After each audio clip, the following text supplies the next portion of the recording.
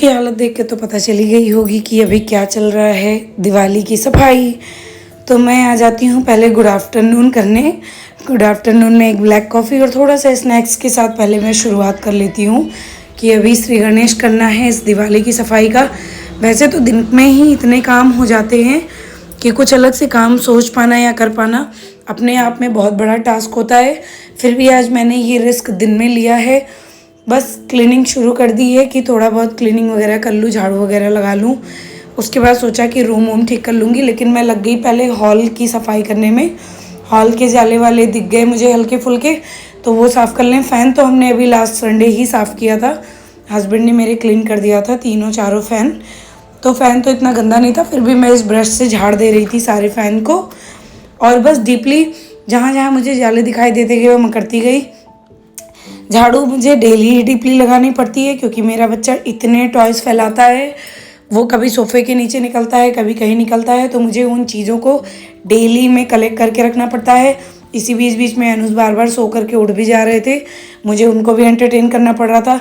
फिर मैंने सोचा अब जब हॉल की सफाई शुरू कर दी है तो शुरुआत टीवी से भी कर दें।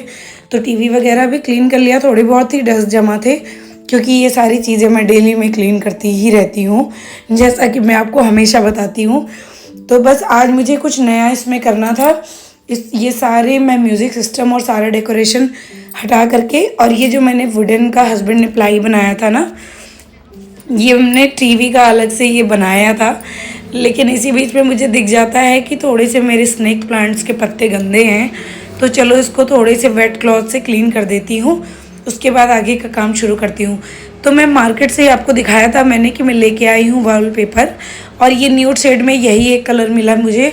मैं वाइटिश में चाहती थी बट वाइट में मिला नहीं, तो मैं ये कलर लेकर के आ गई क्योंकि दिवाली का टाइम था और उससे पहले पहले मुझे करना था। तो ये मैंने पहली बार यूज़ किया है और मुझे बहुत अच्छा लगा, मज़ा भी आ रहा था ये करने में। लेकिन हाँ ये है कि ये थोड़े एरिया का था तो इसलिए मैं कर ले गई। पता नहीं अगर ज़्यादा करना होता तो मैं कर पाती या नहीं, ये नहीं कह सकती। लेकिन ऑब्वियस सी बात है, जो चीज़ें आप नहीं ट्राई करो तो ऐसा नहीं है। एक बार गलत होगा, दो बार गलत होगा, उसके बाद तो आप चीज़ें सीख ही जाओगे। तो बस ऐसा करके वहाँ की क्लीनिंग तो हो जाती है और सारा सामान लगा देती हूँ। अब बारी डाइनिंग टेबल की आ गई। डाइनिंग टेबल को मैं बहुत ही डीपली क्लीन करती हूँ क्योंकि इसमें पूरा वुडन पट्टियाँ अंदर से है, तो मुझे कपड़े बार बार क्लीन करके और ऑयल से भी या फिर थोड़ा बहुत वेट क्लॉथ से पहले मैं अंदर की पूरी पट्टियाँ, पूरे जाले वगैरह क्लीन कर लेती हूँ।